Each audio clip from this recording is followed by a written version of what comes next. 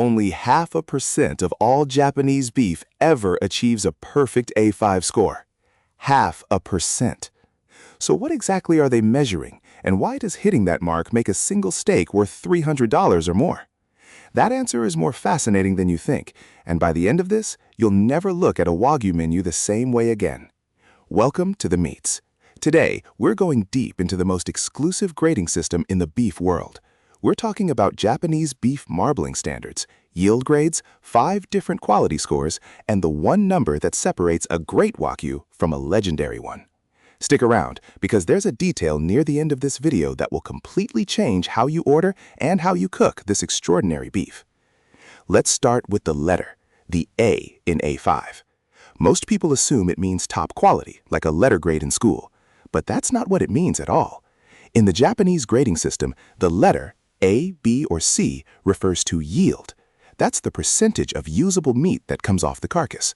An A-grade animal gives a high yield, typically above 72% of the carcass weight as usable beef.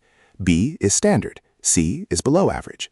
So right away, the A in A5 tells you nothing about flavor or marbling. It's a butchery efficiency score. The flavor story? That's entirely in the number. The number runs from 1 to 5, and this is where things get genuinely fascinating. Japanese graders evaluate 4 separate criteria, each scored on a scale of 1 to 5. Beef marbling standard, or BMS, is the big one, and we'll come back to it. Then there's beef color standard, beef fat color standard, and texture and firmness. All 4 scores are tallied, and the lowest of the 4 becomes the quality grade, not the average, the lowest. That means a cut of beef could have perfect marbling, perfect texture, but if the fat color is slightly off, the whole grade drops. This is a system designed to be ruthless about consistency. Now let's talk about BMS, beef marbling standard, because this is the soul of Wagyu grading.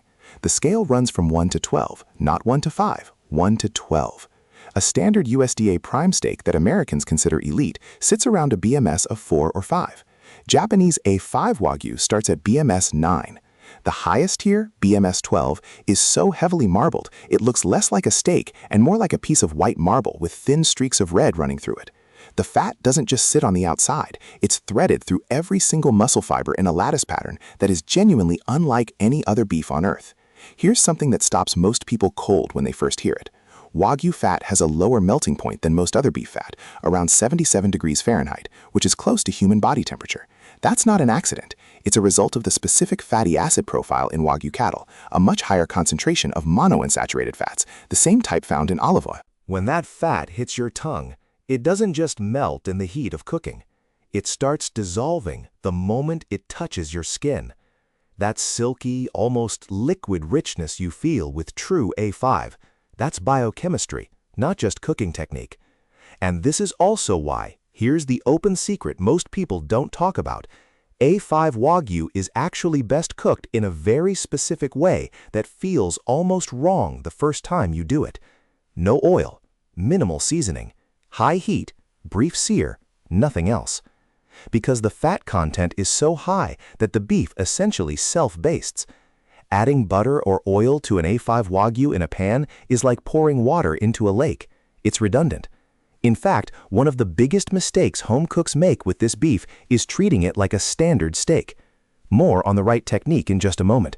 First, back to that 0.5% number, because it deserves context. Japan produces roughly 500,000 head of Wagyu cattle per year across all breeds. The 4 main Japanese breeds are Kuroge Washu, Black Wagyu, the most common, Akage Washu, which is Red Wagyu, Nihon Tankaku Washu, a Japanese Shorthorn, and Mukaku Washu, a polled breed.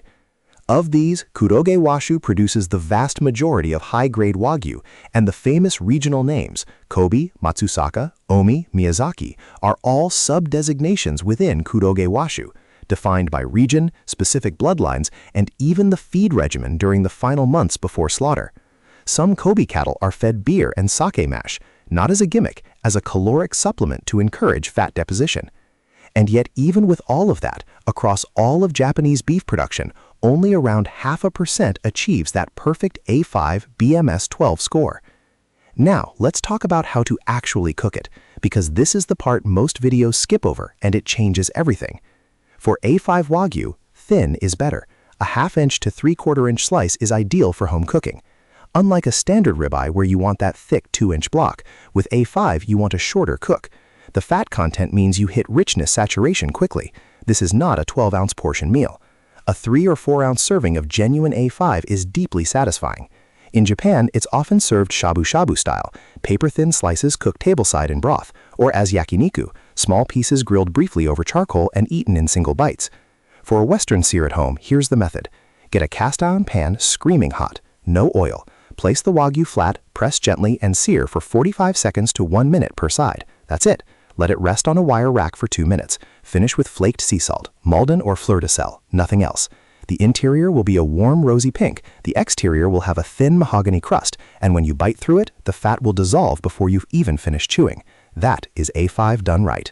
Pitmaster's tip, and this one is gold. If you're cooking A5 at home and you have a small piece with the fat cap still attached, slice off a thin strip of that pure fat and use it to lightly grease the pan first. Then sear the steak in its own rendered fat. The flavor depth you get from this single move is extraordinary. Japanese yakikori and teppanyaki chefs have been doing this for decades. You're not adding anything foreign, you're amplifying what's already there. One final thing worth knowing, because it will serve you every time you order or buy Wagyu. The A5 label on its own is not enough information. A5 with a BMS of 9 is very different from A5 with a BMS of 12. When you're buying from a butcher or premium online supplier, ask specifically for the BMS score, ask for the prefecture of origin, and ideally ask for the bloodline. The best Wagyu in the world comes from specific cattle lineages that have been selectively bred for over a century. The difference between a BMS 9 and a BMS 12 is the difference between extraordinary and transcendent. And now you know exactly what to ask for. That is the A5 grading system, the yield score, the quality criteria, the marbling scale that starts where American Prime ends, the unique fat chemistry, and the cooking approach that actually does this beef justice. There's nothing else like it on the planet, and now you understand precisely why. Drop a comment below. Have you ever had genuine A5 Wagyu? Where was it? What was the cut? And what did it taste like? I read every single one. Hit subscribe so you never miss a video. And next time on The Meats, we're breaking down the reverse sear technique on a thick-cut bone-in ribeye, and there's a resting step most people skip. That's the difference between good and perfect. You do not want to miss it.